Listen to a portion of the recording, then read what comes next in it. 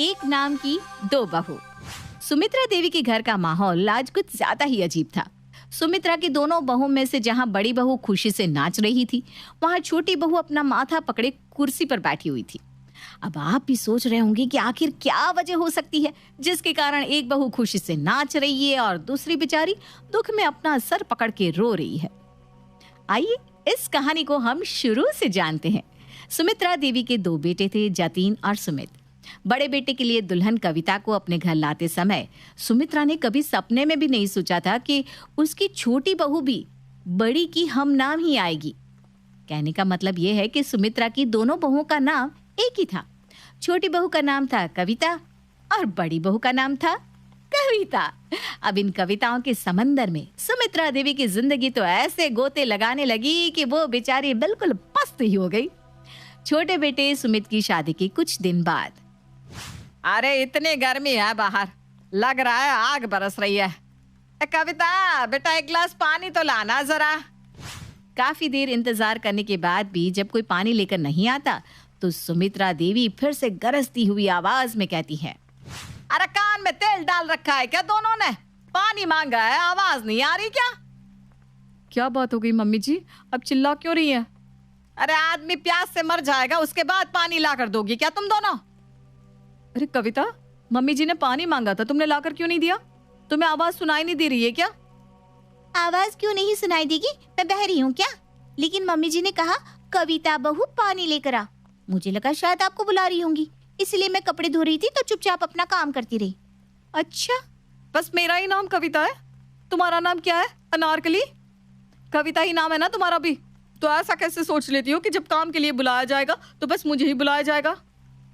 हाँ, ये बहुत जरूरी काम है। पहले एक दूसरे के बाल पकड़कर फैसला कर लो कि मैंने पानी किससे मांगा था। पानी का क्या है, जिसे प्यास लगी होगी वो खुद लेकर पी लेगा। ठीक कहा ना मैंने? आपने देखा ना मम्मी जी, भाभी कभी भी किसी काम के लिए अपनी जगह से हिलना ही नहीं चाहती।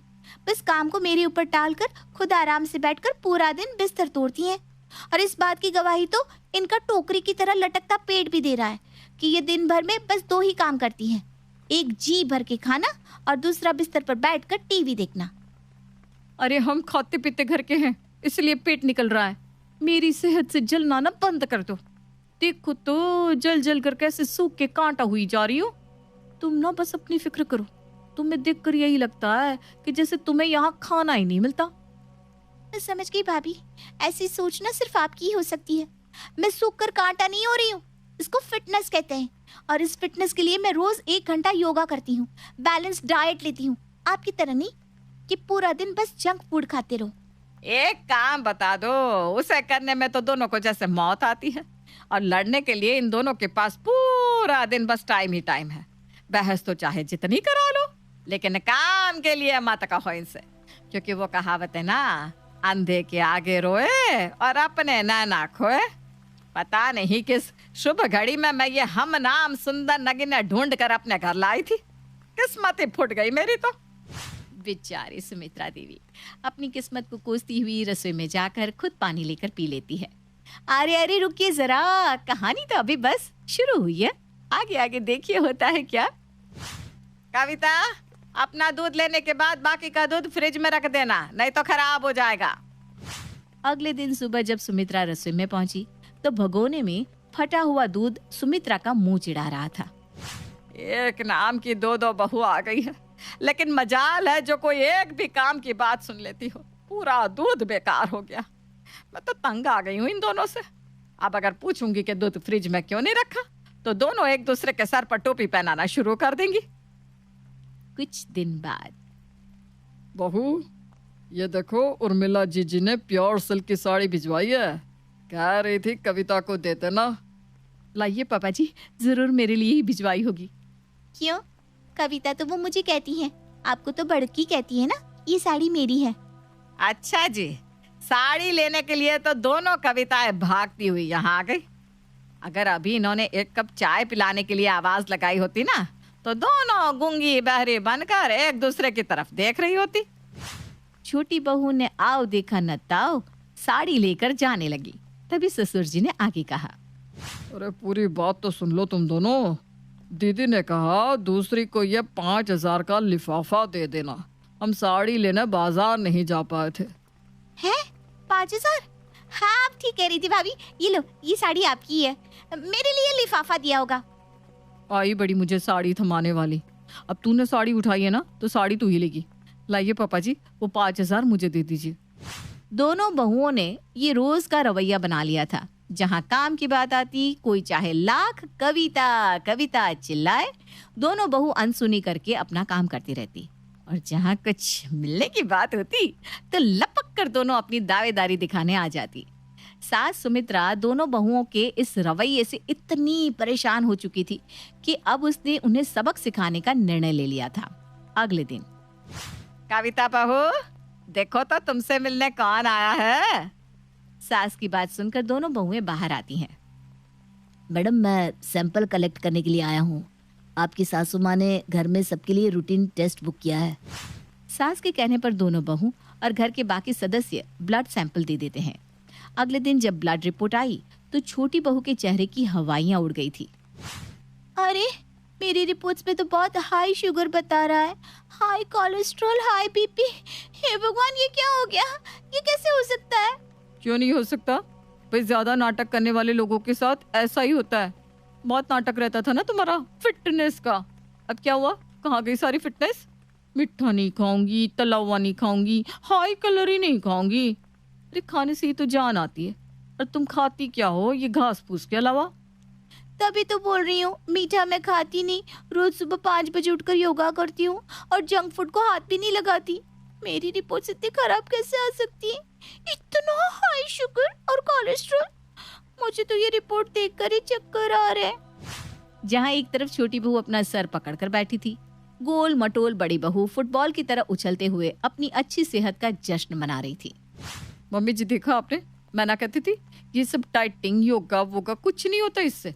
अरे दुनिया में इंसान बनकर जन्म लिया है तो जमकर खाओ, और जीवन का असली आनंद तो मीठे में ही छुपा है।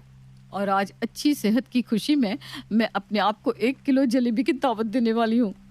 1 किलो जलेबी तो अकेली खाएगी?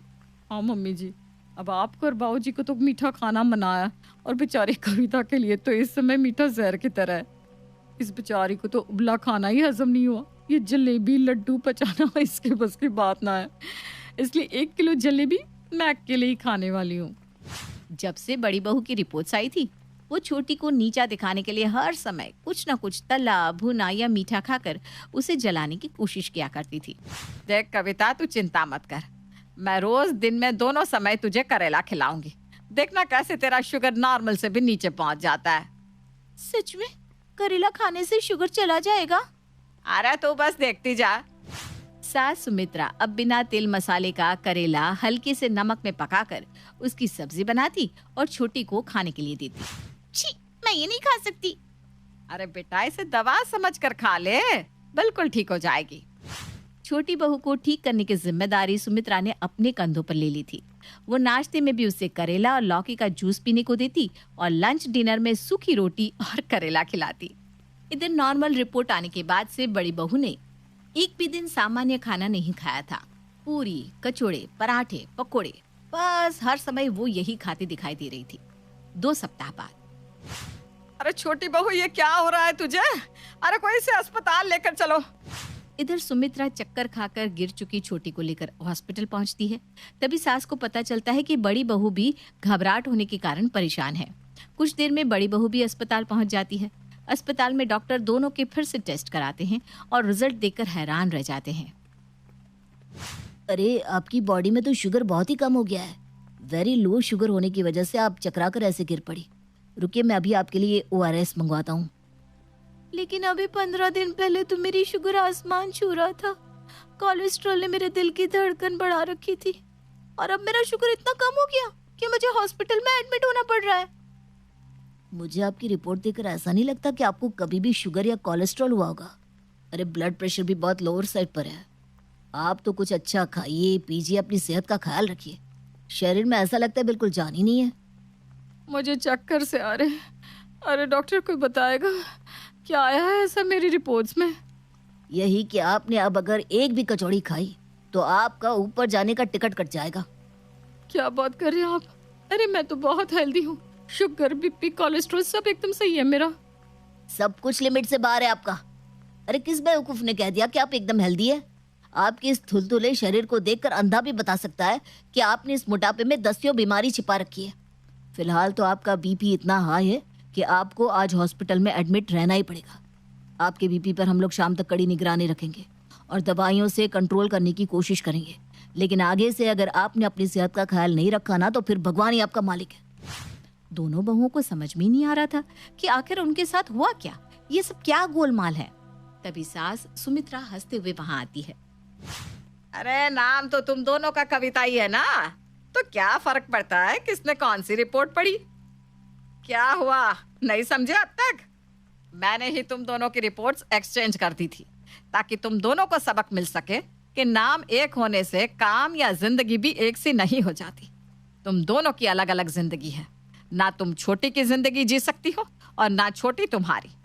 ठीक वैसे ही ना तुम उसकी दवाइयां खा सकती हो और ना ही वो तुम्हारी। अभी भी तुम्हें समझ में आ गया? या जैसे तुम काम आपस में बदलती हो वैसे ही दवाइयां भी आपस में बदलवा दूं? अरे मम्मी जी, हम सब समझ गए, अब प्लीज हमारी दवाइयाँ मत बदलना। हम मानते हैं हमने अपने नाम का बहुत फायदा उठाया और आपको बहुत परेशान किया, लेकिन आगे से हम कभी भी ऐसा नहीं करेंगे।